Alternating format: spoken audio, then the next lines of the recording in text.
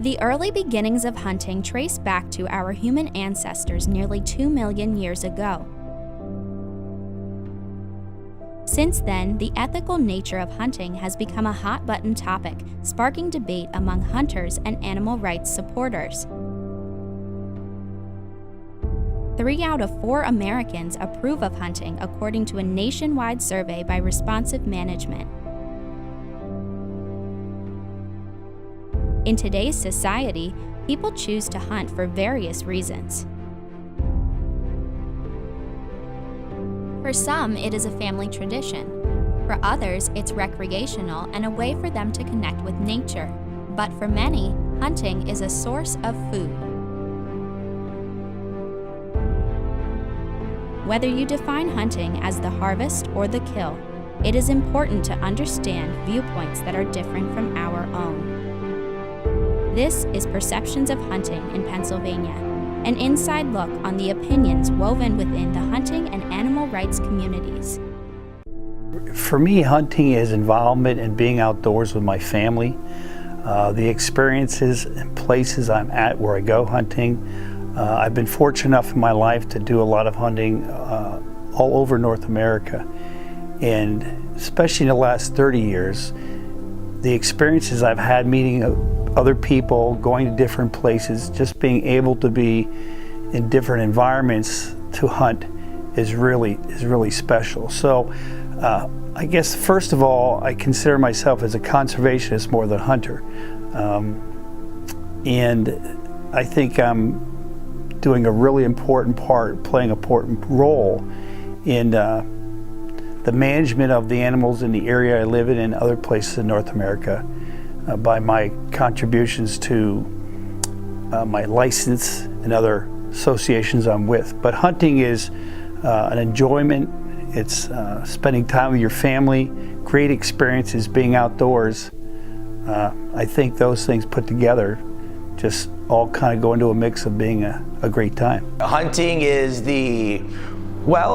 some would use words like harvesting, killing, really even just spending time with family, getting out in the woods with friends, but it is the taking of animals in certain seasons, different kinds of animals. I know in different states. Here in Pennsylvania, of course, the big one is deer hunting, but it would be, some again would call it conservation, some wouldn't. Again, it runs the gamut, but it is the taking of animals and killing of animals in the woods during season. Hunting is waking up at any time in the morning. It could be 3 o'clock in the morning and waking up, looking at your time, thinking, why am I up this early? Making a cup of coffee, asking yourself once again, why am I up this early? And it's just because you love doing it. You don't think about that. You think about getting up 7 o'clock in the morning to go to work and you're rolling around in bed. You don't want to get up. You hear your alarm go off because you're going hunting. You jump out of bed, put your clothes on, and you're ready to rock. Like you're ready to go have fun. Hunting, as I understand it, is killing animals in the wild, and people do that for a variety of reasons. There was a time when it was done strictly for food. Increasingly it's done for sport. I suppose there are all kinds of permutations and combinations of those two, ranging from trophy hunting to hunting just to get your next meal. Hunting to me is getting up in the morning and enjoying the sun as it comes up, and trying to outsmart the animals that you're going after, trying to get there in time before they pass on the path in front of you.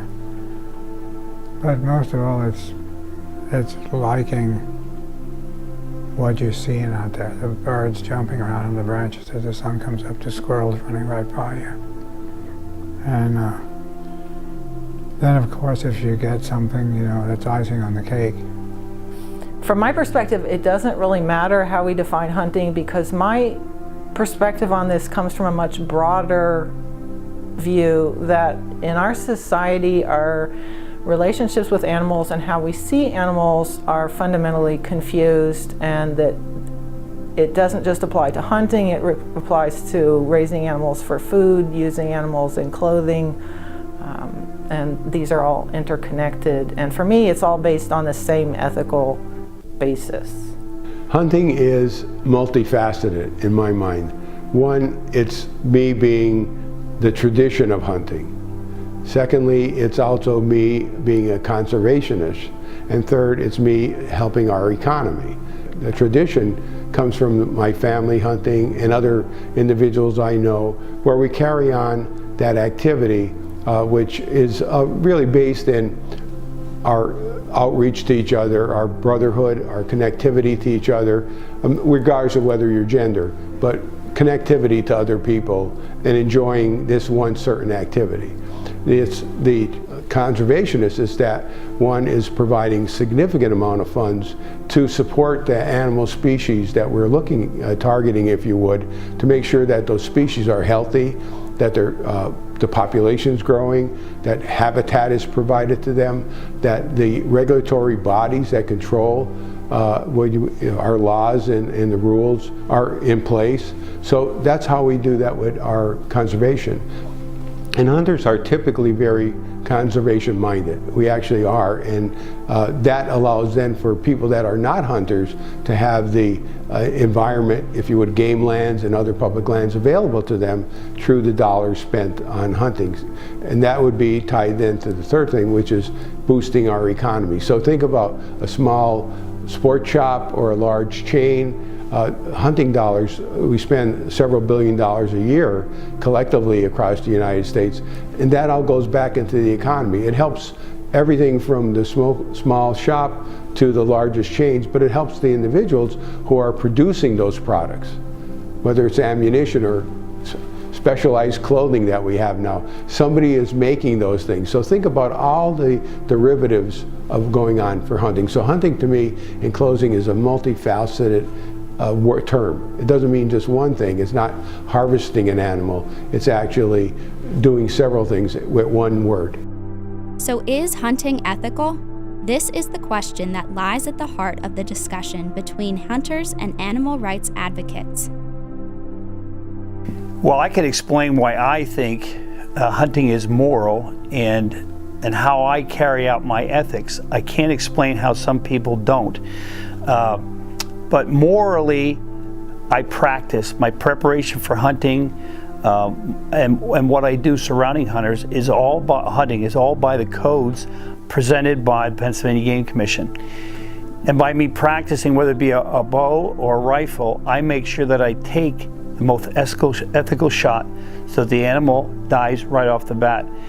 How do I carry that on? I have 5 children and 9 grandchildren. All my children have been involved in hunting, and I teach them. I think the only thing you can do is, the best way is to teaching the family members about the ethics of hunting. You know, again, I think it comes back to the hunters, or a lot of times hunting gets a bad rap by somebody shoots a deer at night, or a guy's drunk and he's shooting or something, and there's an accident like that. You know, that is sensationalized by the media. But I would say 90% or upwards of 90% of people of hunters are ethical. And they do try to take the most ethical shot. And they do follow the rules. Of course, you know, the part of hunting after I harvest the animal, every animal I've ever shot, with the exception of some bears that had trichinosis in, a worm-like type disease that they had in. I've eaten everything, and my family's eaten everything. So my feeling is, as far as being a conservationist, ethically harvesting an animal by being prepared, following all the rules, and then eating the animal, I mean, it's a very pure form of hunting, and it's definitely ethical. What I believe is unethical about hunting is that the animals' interests are not being considered as individuals. It tends to be a focus on how many animals there are, or sometimes it's a focus on the people. Some people enjoy it. Some people say it's kind of a spiritual experience. Some people will say they do it because it gets them in touch with their roots, meaning you know, this is what people in the past have done. I'm going to get what I eat the similar way they have, those sorts of things. Notice those last 3 things I mentioned are all focused on how the people feel about it. And, you know, how people feel about things is important, but this is not a victimless activity because somebody else is being harmed in the process of this. And so that's my concern. Somebody else is being harmed, their life is being taken away from them. And just as we should not take a human's life away from her when she wants to go on living, we should not be doing this with the animals. Hunting is moral because hunting also has other impacts. As far as like I was saying about the ecosystem, like with farmers. So for instance, if they plant a large amount of corn, deer love corn, and if you have a giant herd of deer over there, they're gonna absolutely just destroy that farmer's crop. And the problem is they're not just eating food, they're eating that farmer's money. And this doesn't necessarily mean that we have to go over there and just, eliminate all the deer so the farmer can make money. It's that if there's an excessive amount of deer, that also will basically steal food away from other animals. I mean, squirrels, if there's a large amount of deer, they'll just totally annihilate all the acorns in the woods, and which is a long-term food source for deer when it gets colder. Saplings, trees that are growing, that are just sprouting up, that don't really have a chance to grow because they just bite them right off as soon as they're growing up. They're trimming trees. They love saplings. So in a way, that's moral for our ecosystem, and it's necessary. Another thing that makes I think why hunting is moral is because in my experience and what I do is, if I harvest an animal, for instance a deer, I will get as much meat off of that deer as I possibly can. I try to throw as little as I can away. Pretty much all that goes away is bones, and even bones, if we do, we'll make scrapple or different kinds of foods where what's left is just bones. I mean, meat, everything will come off those bones. So you gotta look at hunting as you're harvesting an animal, so you want to get as much out of that animal as you possibly can. And as far as the hunter's code, and you gotta know your limits. If you're a hunter and you shoot your rifle at 100 yards and you're confident shooting at 100 yards, then the 100 yards is probably your limit on how far of a shot you're going to want to make. I mean, if you have to second guess yourself and should I really try to make this shot just out of your sole experience, then probably not, because the last thing we all want to do is wound an animal and have it suffer. That's not the goal at all. And also you look at it as, if you end up wounding the big buck that you were following all year, and you end up wounding him because you take a shot that you shouldn't have took. You spent years watching him, you wound him, now he dies somewhere you don't know where he died, and now you just threw away your whole trophy because you didn't have the patience to just wait until either next year or the next day, for all it matters, to take an ethical shot that you could get just through waiting. So sometimes we have to wait because we don't want to just throw it away. You gotta think ahead and think about that animal and think about how upset you'll be if you end up hurting that animal without harvesting it. I don't think people that hunt are necessarily unethical. Like I said, I was a hunter once, and I didn't think of myself as unethical. I shot many deer, and did all the things you do, got them right there in the field. I ate the deer meat. I remember I would suck the marrow right out of the bone in the middle of a deer steak. I didn't think anything of it. So, and I don't think my grandfather's unethical or uncle, so I don't think of it in that terms. There may be some people that just love to shoot to kill, and maybe they're unethical people just in general. But I don't think hunting itself lends itself to that. I just personally made a decision. To me, it was an ethical decision for myself to no longer choose to kill and eat any animals in any sort of way. To me, it was an ethical decision. It was something I came to. But again, I'm not the type of person that's like a militant activist that thinks people that aren't like me are all unethical. Because again, I was not born vegan. I wasn't always vegan, and I, again, was a hunter earlier in my life. So I didn't consider myself unethical. It was just a different choice I made later in life. Hunting is ethical, particularly if it's practiced in an ethical manner. So hunting by itself does not necessarily mean it's ethical, but if it's practiced in an ethical manner, then it's appropriate. And ethics is very important. Like, you know, in hunting they call it the 4 C's. You have to be careful, you have to be considerate, you have to be competent, and you have to be capable. Those are the things you need to do. You need to be competent in the sense that you know what you're doing, right? You need to be careful, obviously, because it is a danger to other people, but also concerning the animals. You have to be careful, so you have to be very competent in your shooting ability. You know, if you're going to harvest an animal, you have to make sure you're harvesting it appropriately, not wounding it. And then the maintenance of the deer afterwards, if it's a deer or a small game. So, and considerate of the landowner. You may be the landowner yourself, but you want to be considerate of other people's property, state game lands and other public properties that you may be on, instead of like leaving a trace. And one of the things I practice is leave no trace. So there's no trace that I was ever there. Hunting is ethical because it is a part of our nature. We need food to survive.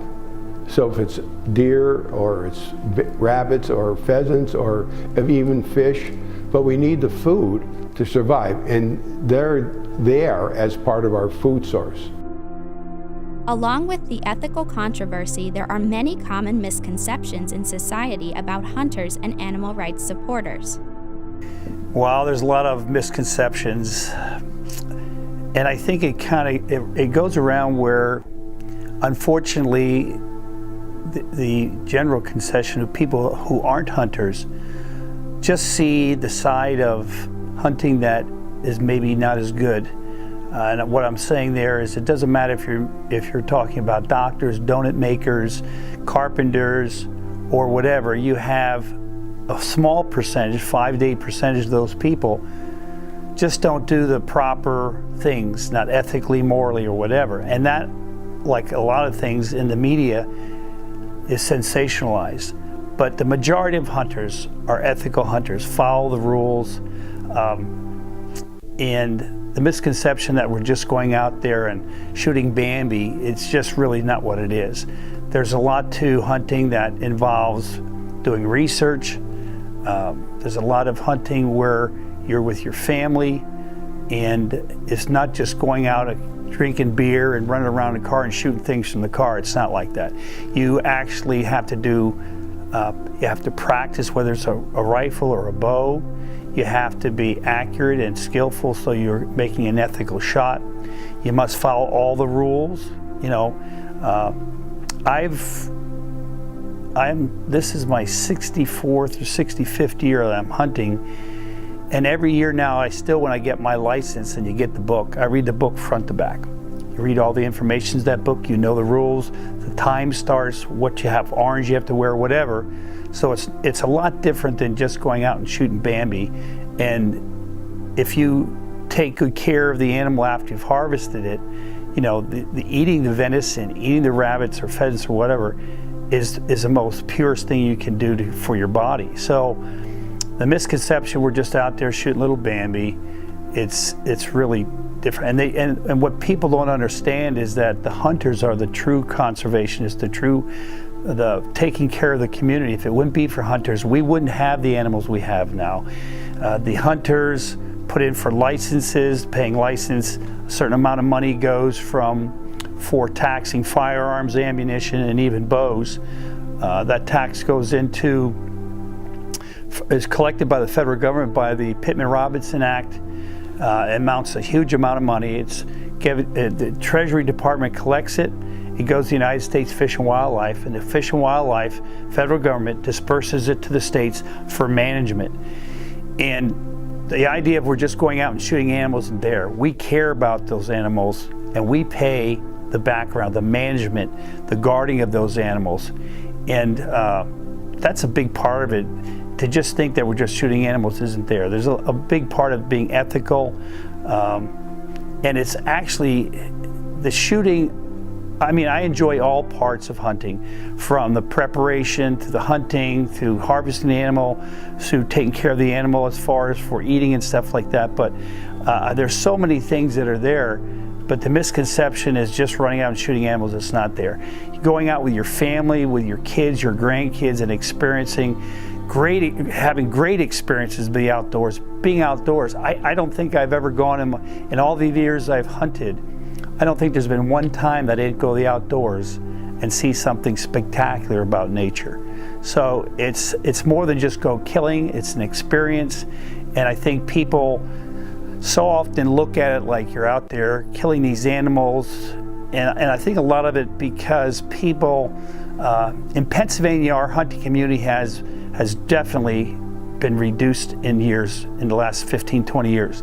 So you have a lot of kids that are single parent families. They don't get to the outdoors. They don't understand that.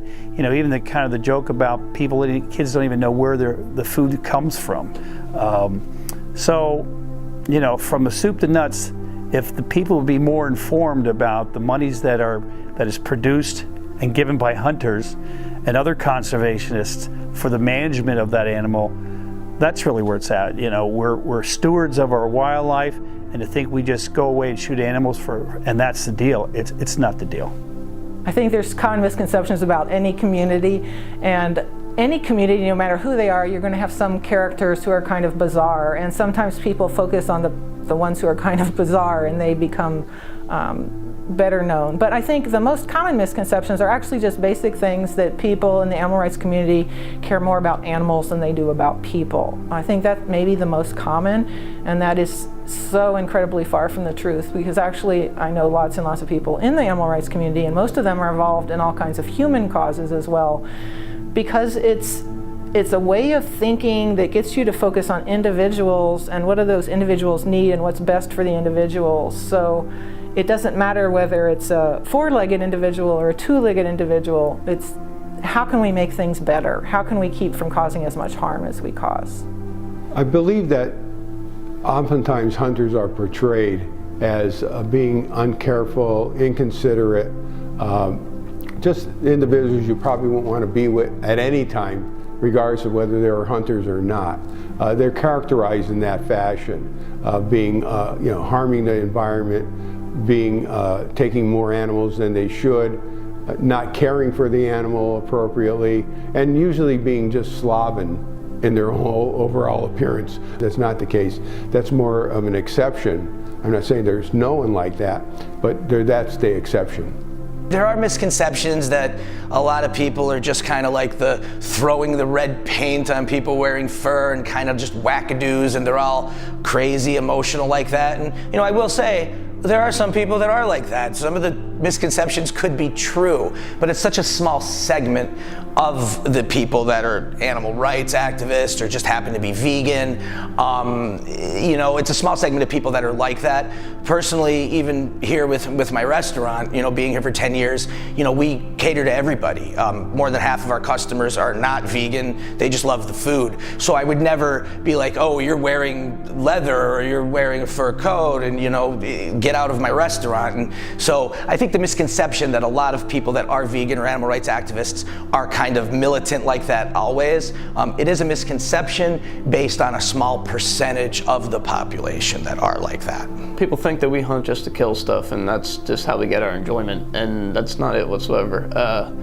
We go out, we hunt, we're going out crazy times of the day, and it's just because it's what we love to do, and that, we can put food on the table by doing it, and it's a drive. And other sports, you get the trophy sits on the wall. Well, here we can also provide food for our family, and the price of it too is, your dollars to cents. As far as you go to the grocery store, you're spending dollars and dollars on steaks, whereas with venison, it's basically what you spend on your tag and the round you use to harvest it, and that's about it. A lot of guns are handed down through generations, so the money-wise, it's you can't compare it.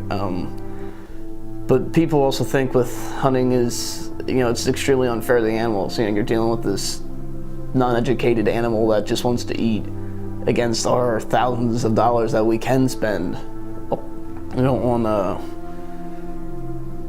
guns, scopes, camouflage, scent control, calls. There's just a list. But what people don't really realize is that animals are extremely smart because they're out looking predators every day. A simple squirrel that people think are just a rat. with a hawk. Well, a hawk is a very smart animal and it knows how to hunt better than we do. And they're always alert. So if you go trudging through the woods looking for a squirrel, they're on high alert at all times, because that trudging could be a fox, could be a coyote, a raccoon, could be a hawk. There's just a list of things that would make it into a meal. I would imagine that there are as many people who believe that hunters hunt for blood as a matter of blood sport because they take pleasure in killing, as there are people who believe that hunters need to kill animals to eat. There aren't that many people in the 21st century who have to hunt in order to feed themselves and their families. But by the same token, I don't think most hunters do it purely for out of bloodlust because they like killing things either. I have a good friend who hunts and disagrees with me on my reason for not hunting. He says it's the only connection he has left to a way of life that he used to be part of. I think he's wrong, but I don't think him immoral or for hunting, because he understands he's unlikely to harm an animal by not killing it with a clean shot. So what he does is fine with me. He doesn't hunt so much for sport as he does for the socialization with friends, and also he butchers and eats what he kills, even though he doesn't need to do that to feed himself or his family. Once we move past these fallacies, we can start learning the real reasons why some people support hunting and others are opposed to it. Right now, hunters provide about $2 billion, if you would, into our economy to support the animal species, the rights of animals, if you would. We're supporting the rights of animals. And hunters are the most proactive group of individuals in our country looking at the rights of animals. We really want to preserve the animal species. It's not a matter of how many we could harvest, it's a matter of how many are there. But hunting also helps with farm crop damage. Think about our farmers. And if we didn't limit the number of whitetails, how fast the farmers' crops would be devastated, how quickly, right? We also have to think about wildlife diseases. Animals get diseases, so we have chronic wasting disease with animals.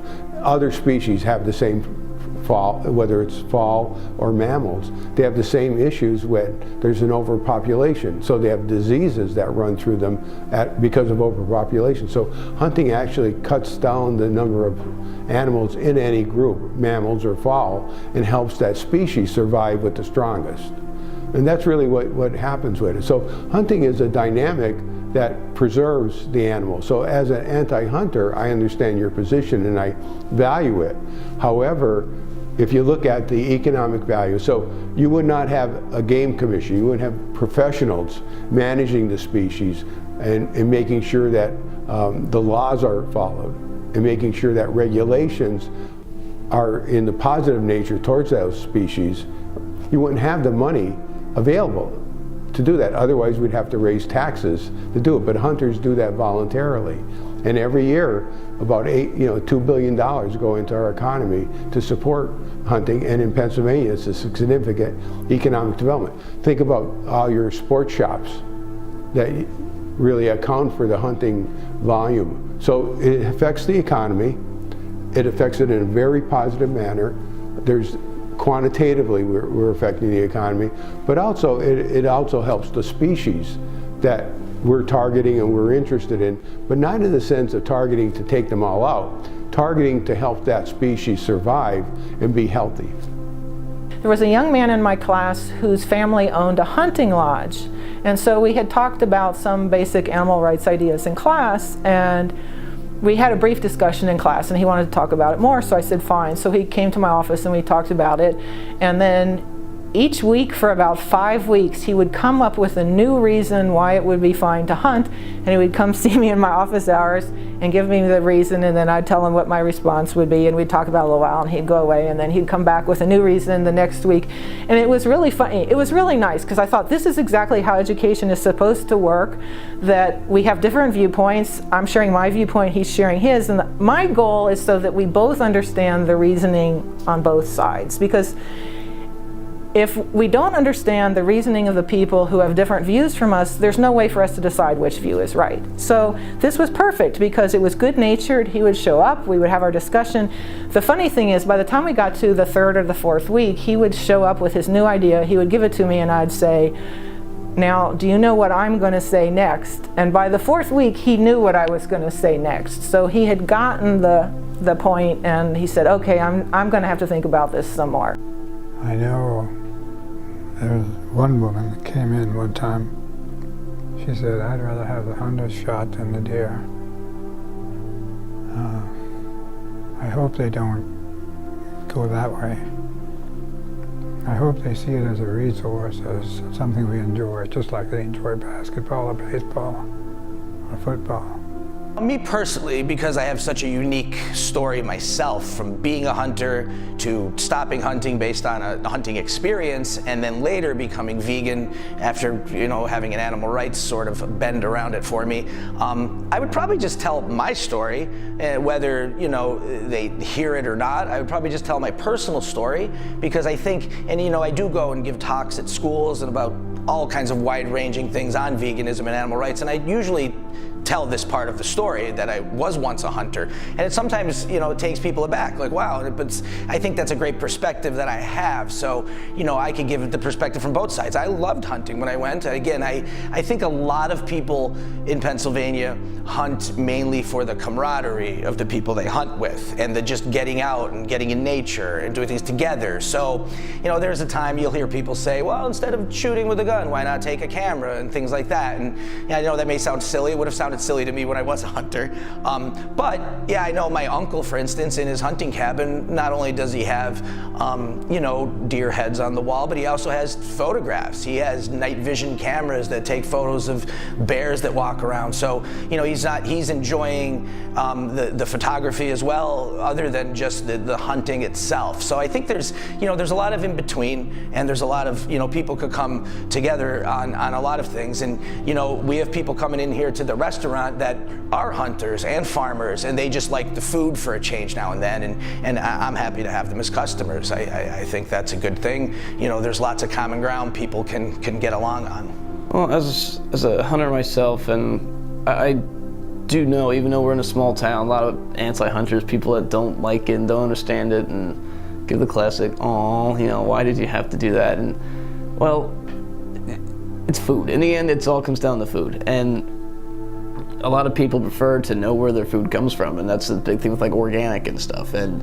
well, you're not going to get much more organic than wild game. And so we know where our food comes from. Like, most of us will butcher it ourselves. We take it to a local butcher shop, and as we're processing this animal, we know what cuts of steak comes from where, and we know how it was handled the entire time. As far as how clean, you know, how clean was everything, you know, your cutting board, your knives, how good your cuts were, and, you know, whether or not you like fat on your steak or not, like, you have the power to be able to do that as the hunter. And we also have to not be very boastful with everything, you know, when it comes to posting pictures on social media. You have to look at it both ways, and, you know, it's okay to post a picture of you holding your trophy buck, but you don't want to also post pictures of it, you know, in a mangled state with blood everywhere and very gory. So, you know, you have to respect people in both ways. You know, anti-hunters have to respect us and just respect what we like to do, what we like to have fun doing with, and you know, all the outcomes, positive outcomes of it. And we also have to look at the negative outcomes. And yes, like, you know, we understand we are taking something's life, and we have to respect that animal and respect their thoughts. I think that people who make arguments that we should be vegetarians based on the way animals that are eaten, that are killed and prepared commercially are treated, I think that's a pretty compelling argument. It hasn't gotten me to stop eating meat yet, but I respect that argument deeply. I think that those hunters who point out that the way they acquire meat by shooting it in the field is more humane than the way meat is processed in a commercial facility, I think they're by and large right about that. Now, their being right about that doesn't make their hunting in itself righteous, but they have a point when they say that the way animals are treated in commercial processing plants and in concentrated animal feeding operations like the giant feedlots where cattle are gathered, those situations are very inhumane to the animals. They treat them terribly. The main thing I would say is get informed. You know, people a lot of times through emotion, I understand that is an emotional thing, especially if people have dogs or cats or animals and they feel very attached to them. Hey, I love animals. I have had horses my whole life. I've had dogs, and I love animals. But, you know, the ethical treatment is the main thing, but people have to get informed and know the ramifications of not hunting or over hunting or under hunting, and find out really what it's about. It's tough for me to visualize a better sport for, let's say, a young athlete or a young person rather, than being outside, being in the woods, being in the forest, or actually hunting anywhere. You're out there in nature. You're not in some environment that is smoky or anything like that. It's just a good environment. So I would say try to find out why there are so many animals, who takes care of the animals, who pays for them financially, and who 90%, upwards of 90% of the hunters, how they approach their sport, what they do ethically, what they do after the harvest, using the meat. I would ask them, I guess, basically to take a time to walk through the shoes of a true hunter.